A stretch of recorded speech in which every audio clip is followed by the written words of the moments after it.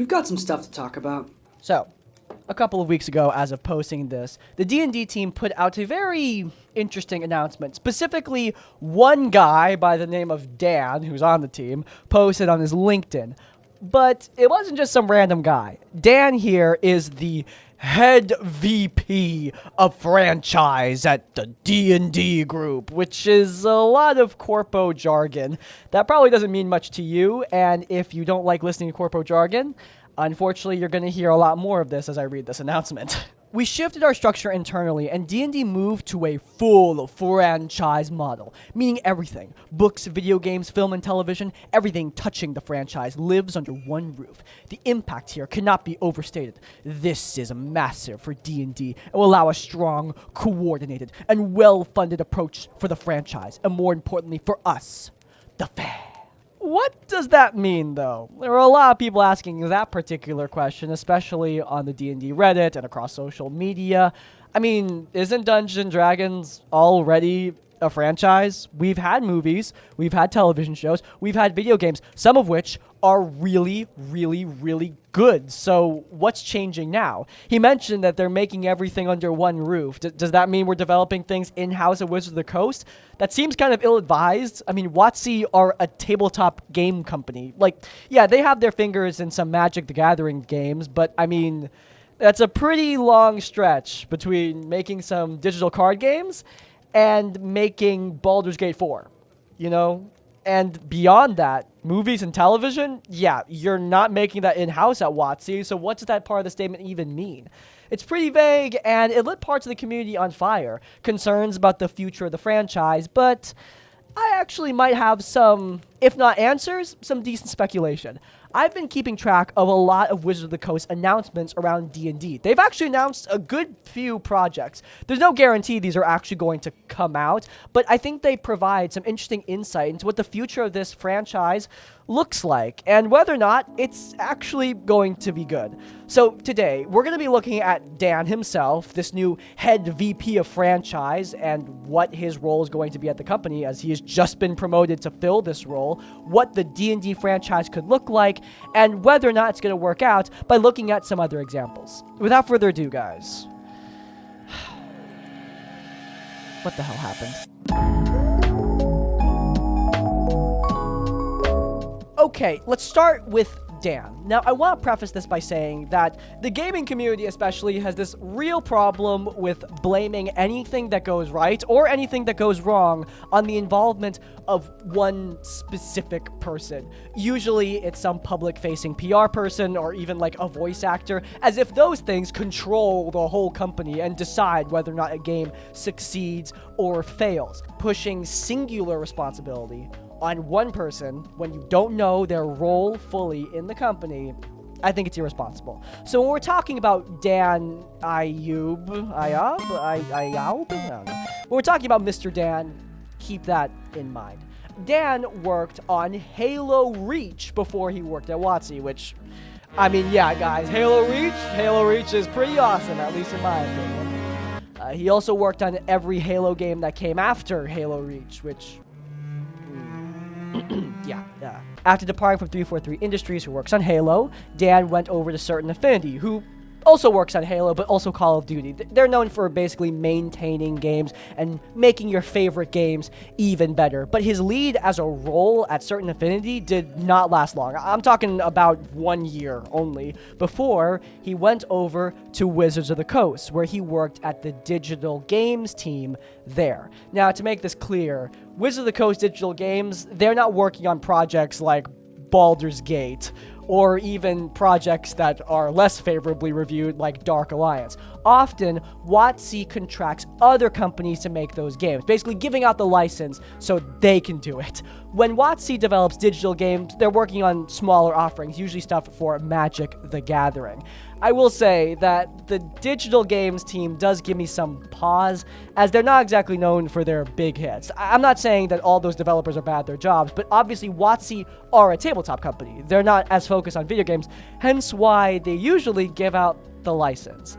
Now, when it comes to Dan himself, we don't really know much about his role as a leader or how he acts in a leadership role. He is definitely in one now. He's went from the digital games team being promoted into the franchise head. And while he's not controlling all of D&D, his job is to expand it into a franchise. That's it. I'm not going to pass judgments on what he's doing until I see what he's doing. So far, he's made some announcements, and we've seen some projects getting worked on the video game end, which isn't surprising. Dan's clearly a game developer. He is not a film producer. He doesn't work in television. He worked in video games. It's clear that Hasbro really wants to recapture the magic that Baldur's Gate 3 had.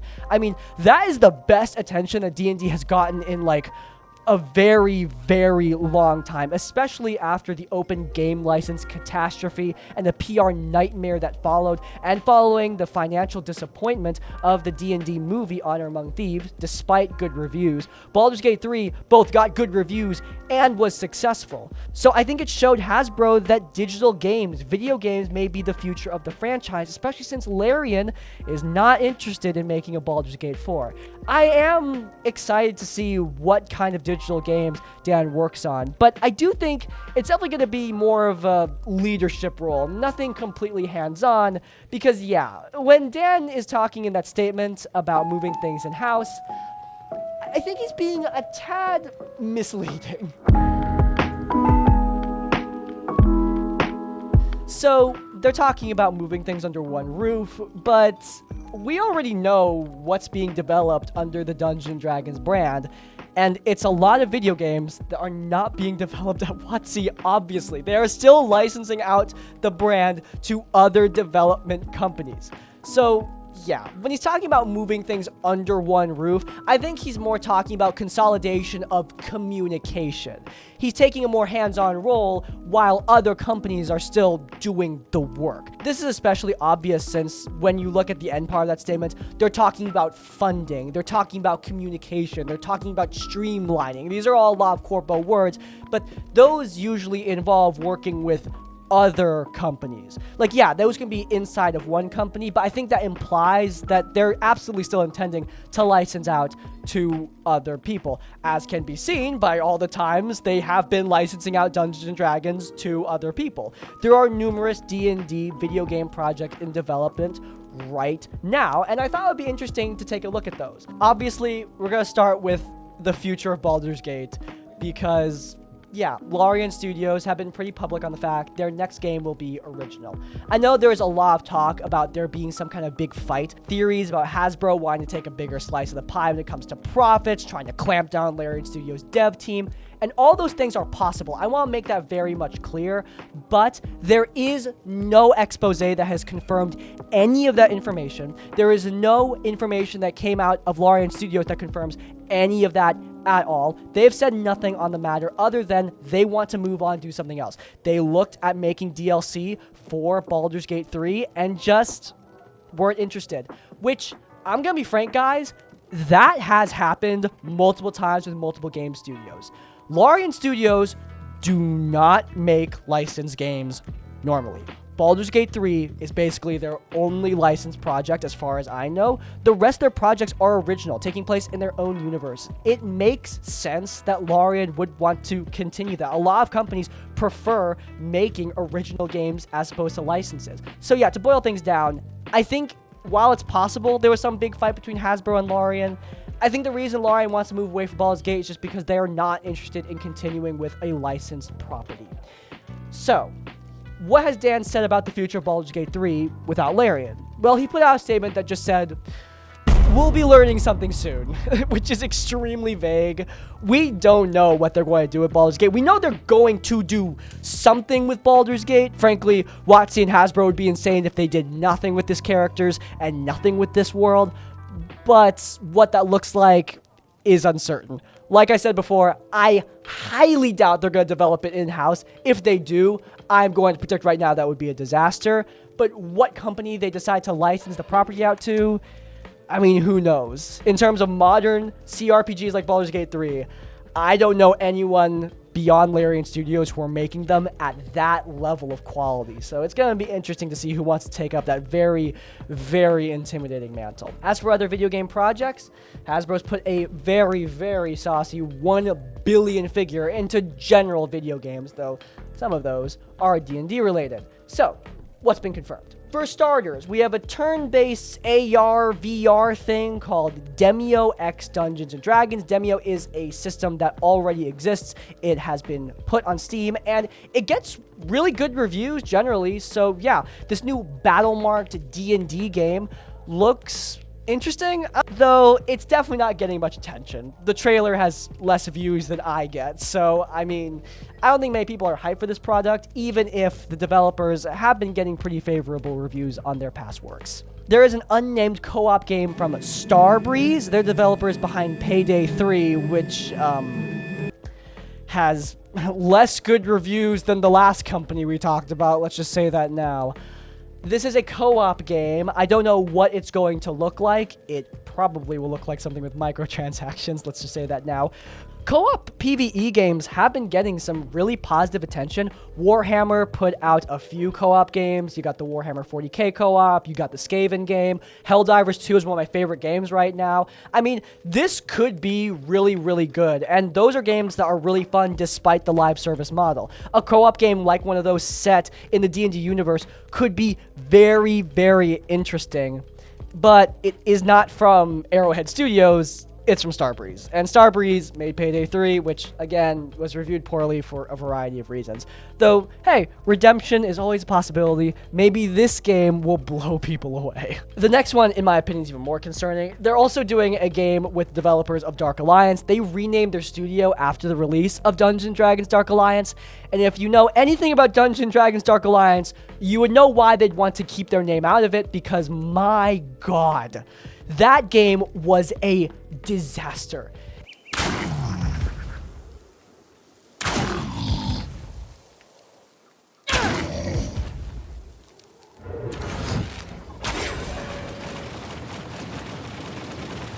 Dark Alliance is a co-op PvE game, kind of similar to what I just talked about, that was buggy as hell, completely unfinished, and even in its best state, it was boring to play through. Lots of bullet sponge enemies, lots of really boring mechanics, lots of broken class design. It was bad.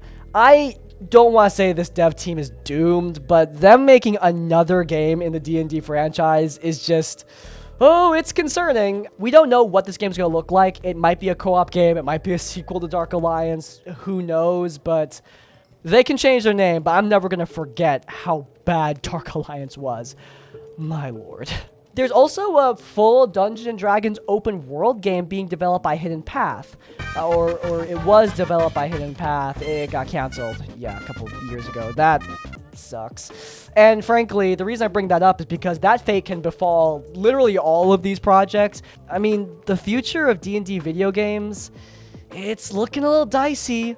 I mean, Baldur's Gate 3, yeah, that's one of the greatest games I've ever played. And D&D has historically had some banger video games, both in the Baldur's Gate franchise and outside of it. D&D also has one of the best beat-em-up games I've ever played, which is why I was so disappointed that Dark Alliance, a co-op beat-em-up game, turned out so awful. But that's kind of part of my point, right?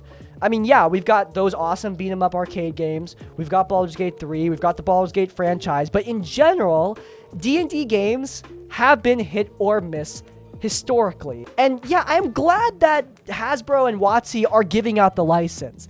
I mean, I'd prefer an approach like this than the approach that Star Wars has taken with its license. I mean, we used to get Star Wars games all the time, but nowadays they are so freaking picky with who they give that thing to that we get a new Star Wars game, what, like every few years? It's so frustrating that there's barely anything being released for one of the biggest franchises in the world. So I am glad, at the very least, it seems that Hasbro and WotC are actively using this license to develop projects. I just hope those projects turn out, you know, good. Now, beyond the video games, which is clearly what Mr. Dan's focus is, we also have an announced Forgotten Realms television show, which is cool. A lot of people have been theorizing that this is like a Baldur's Gate 3 show, which I don't think so. I think people thought that because Mr. Dan said we know about the future of Baldur's Gate soon, and then we got the Forgotten Realms television show announcement, so, 2 and 2, put them together. But, I mean, look, we know literally nothing about this show other than it's in the Forgotten Realms. We know nothing beyond that. Assuming it's a BG3 show, I think that's pretty generous.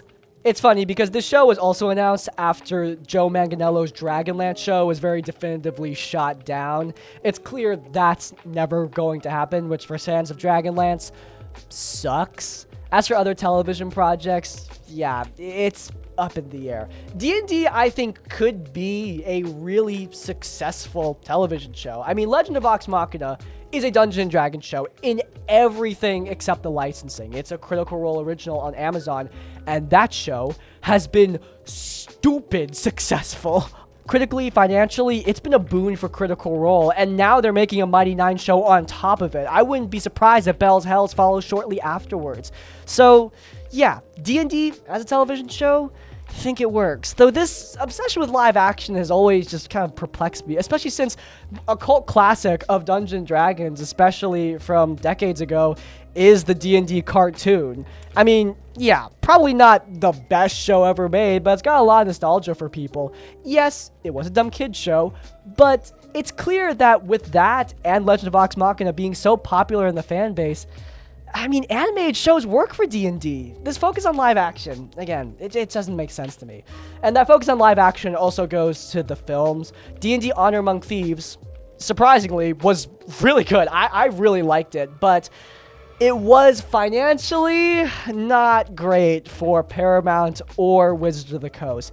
This is for a variety of reasons. Most people in the D&D community blame the open game license thing, and while I think that is part of it, you gotta keep in mind that this movie was not going to subsist on the patronage of just hardcore D&D fans who know about the OGL. Okay, you gotta understand, most people have no idea what those 3 letters mean in combination with each other, even amongst Dungeons & Dragons players. And the movie had to get an audience beyond people who play this game at all. They needed complete normies.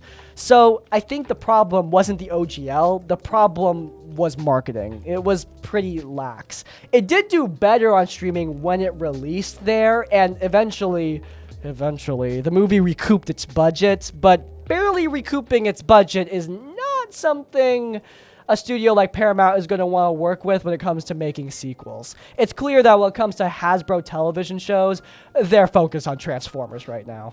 A sequel to Honor Among Thieves has not been confirmed, and I highly, highly doubt it's going to happen, which sucks, because like I said, it's a pretty good movie.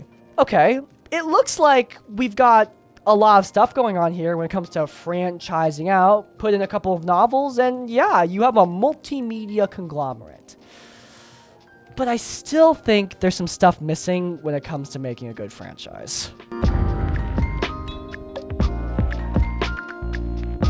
Okay, let's talk about Halo again for a little bit, because by sheer coincidence, the direction that Halo took to franchise is very similar to the direction D&D took to franchise. Now, to make it clear, I don't think Dan's responsible for this. During this time, he was not in a leadership position at either company. So, yeah, I think this is just a funny coincidence, but dang, is it like poetry. So, Halo. If you're unaware, Halo went into Halo Infinite thinking that Halo Infinite was going to be like this forever Halo game. We would be releasing no more new Halos. We just need Halo Infinite to continue the franchise. A new live service Halo experience where we would release expansions for the single player content and updates for the multiplayer content.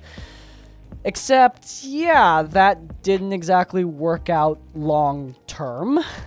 Halo Infinite has received no major expansions to its single-player offerings. A lot of people came into Halo with the single-player campaign as their favorite part of the franchise. The universe and the world of Halo captured the hearts and minds of the fans, and now the story's kind of in limbo for a lot of people. And on the multiplayer end, I mean, Halo Infinite is still alive. Like, they're releasing battle passes, they're releasing updates, they're releasing some new game modes, they're bringing in some fan favorites, and, you know, people are still playing, but to say that this is, like, the most thriving Halo game of all time, I don't think that's wholly true either. When I played Halo Infinite, I was very disappointed with many aspects of the game, especially the constant crashing on Windows, my god. Halo Infinite in general was not what the dev team wanted. It's clear that this is not the forever Halo game, and if it is, it's clear that the franchise is in trouble because not enough people are jumping onto the Halo Infinite train to justify this being the only game in the franchise forevermore. As for the offerings outside of video games, the television show for Halo was a famous failure. If you look up reviews about it, you're going to see a lot of bad words sprinkled throughout because, yeah, a lot of people did not like this show for a variety of reasons. I don't want to turn this into a Halo TV show review. I only watched the first few episodes before I realized it was not for me. But yeah, it was a major investment on the part of 343 Industries, Microsoft, and Paramount, and it did not work out for any parties involved. Now, D&D, okay, it's going down a similar road. One D&D is the equivalent of Halo Infinite. D&D 5th edition is now like the singular game that WotC's going to just continuously develop and update for, rather than releasing new games in the franchise. And I think it's going a little bit better than Halo Infinite, though I will say that Halo Infinite also got good reviews at first. One D&D apparently has had some pretty good purchase numbers, according to Wizards of the Coast, and the reviews are they're all right to good. The Player's Handbook, I think, was the least popular, with the DM's Guide and the Monster Manual being received better by most consumers. I like the DM stuff in these books, simply because the DM stuff that they offered in this book here was just not that great. But again, to put this as the bedrock, to have this be what we have forevermore is just, I mean, I don't really know how it's going to work out. It got good reviews, but is it good enough to sustain us for eternity? I don't know, man. I mean, obviously, they're going to release modules and such for this game. They're going to continue to update it, though I hope those modules are up to par, because recently, D&D modules have been mixed, at least in my mind. Now, beyond that, D&D has Honor Among Thieves, which was received critically much better than the Halo TV show. People actually like that movie, but in terms of finances, it's definitely more of a mixed bag, like I said earlier. And it has scared off Paramount, wow, same company, funny, as well as Hasbro and WotC from continuing the franchise in that medium, moving instead to a television show, which hopefully will be better than the Halo television show. Now, Halo is definitely more of a failed franchise, but I think in terms of Halo's failures, it's mostly because of quality. Like, a Halo television show could have been awesome. They just needed a good Halo television show. Like, people were hyped for this. Financially, it could have worked. Now, that's looking at a failed franchise. What about a successful one? Well, I think we can look at a TTRPG. Cyberpunk. Cyberpunk has very much succeeded in exactly what D&D wants. Cyberpunk 2077 had a rough launch, but they improved it. Unlike Halo Infinite, which released okay and then just got worse over time for a lot of people and then fell off in player count, Cyberpunk 2077 released to a buggy mess, and the devs worked to improve it, eventually releasing, in my opinion, one of the greatest video game expansions of all time, and becoming a critically acclaimed game beloved by basically everybody who plays. It's phenomenal. And besides that, Cyberpunk Edgerunners is one of the best shows on Netflix in general, and both of these properties, both Cyberpunk 2077 and Edgerunners, they are both getting sequels, which is something that Dungeons & Dragons cannot brag about. I mean, D&D, they got their franchising opportunity, just like Cyberpunk 2077, with Baldur's Gate 3. And unlike Cyberpunk, Baldur's Gate 3 released to that critical acclaim. But, you know, unlike CD Projekt Red, who's making a sequel to Cyberpunk, D&D is not getting a sequel to Baldur's Gate 3. At least until we learn whatever behind-the-scenes project is being worked on in this aspect of the franchise. See, this is why I'm so scared about the future of the D&D franchise. Like, when stuff works out, when they have the opportunity to make this franchise work and to expand, they don't get the opportunity to because of whatever happened. See, this is why I'm nervous about the future of D&D as a franchise. Like, we look at the stuff beyond the tabletop games. We look at the video games like Baldur's Gate. You know, they're not getting the sequels that they need to keep that aspect of the game running, because those are products. You know, people buy them, they play them, and then they move on. Like, Baldur's Gate 3 still has really high player counts, but eventually people are going to want a sequel. Hell, people want a sequel right now, and at least from Larian, we're not getting one. And who knows what the sequel of Baldur's Gate's going to look like with Hasbro leading the charge. I mean, it's uncertain, but what's really terrifying about everything I'm saying here is because I'm really not focusing on the tabletop game. And sometimes it feels like WotC really isn't either. Cyberpunk, I think, has it right, because Cyberpunk is basically just acting as a resource now. I mean, you know, we have the various Cyberpunk games that have come out on the tabletop end, and people are using them to build up new universes. TTRPGs, in my opinion, work best when they're treated like a resource, not like a product. And that was the big problem with the whole OGL thing on the D&D end. D&D worked best in the pandemic when it was a resource for stuff like Critical Role, for stuff like Dimension 20, for third-party projects. And D&D tried to clamp down on all that with the OGL, which just gave them a bad rep. D&D as a resource works great. D&D as a product, it can be hit or miss because you need the product to both be good and financially successful. And who knows if that's going to be the case with the projects I was just talking to you about. It's scary, guys. And now with it all apparently being under one roof, it can turn either really good or really, really bad, depending on how leadership treats it. But yeah, that's the future of the D&D franchise. I'm not here to be all doom and gloom. I'm genuinely excited for some of these projects. I mean, a co-op D&D PvE game, that could be awesome. But I do want to be realistic about what kind of projects we're seeing in the future. I just really hope that D&D 5th edition is not D&D last, as some people have been lamenting when they look at this recent announcement. But in any case, if you guys enjoyed this little analysis, then please do go down in the comments and leave the comment future franchise. So let me know you were loyal to the tavern and made it all the way to the end of the video. Also, let me know generally what you think about this like more general commentary segment. This isn't really critical failure. This is just me like yapping about my thoughts, and I want to do this for other stuff, so let me know what you think about general commentary as supplementary content between my documentary stuff. But anyway, if you guys enjoyed this episode, then you might enjoy my old Tavern Adjacent podcast. I did a lot of yapping on that podcast as well. It's linked in the cards. But before you go, please leave a like on this one and subscribe to Crispy's Tavern so you don't miss any of our content when it comes out. And finally, if you want to support us directly, then you can check out our Patreon where you'll get access to tons of exclusive TTRPG content and exclusive Discord. In essence, like, comment, subscribe, support. I will see you all next time. Farewell. We've got some stuff to talk about.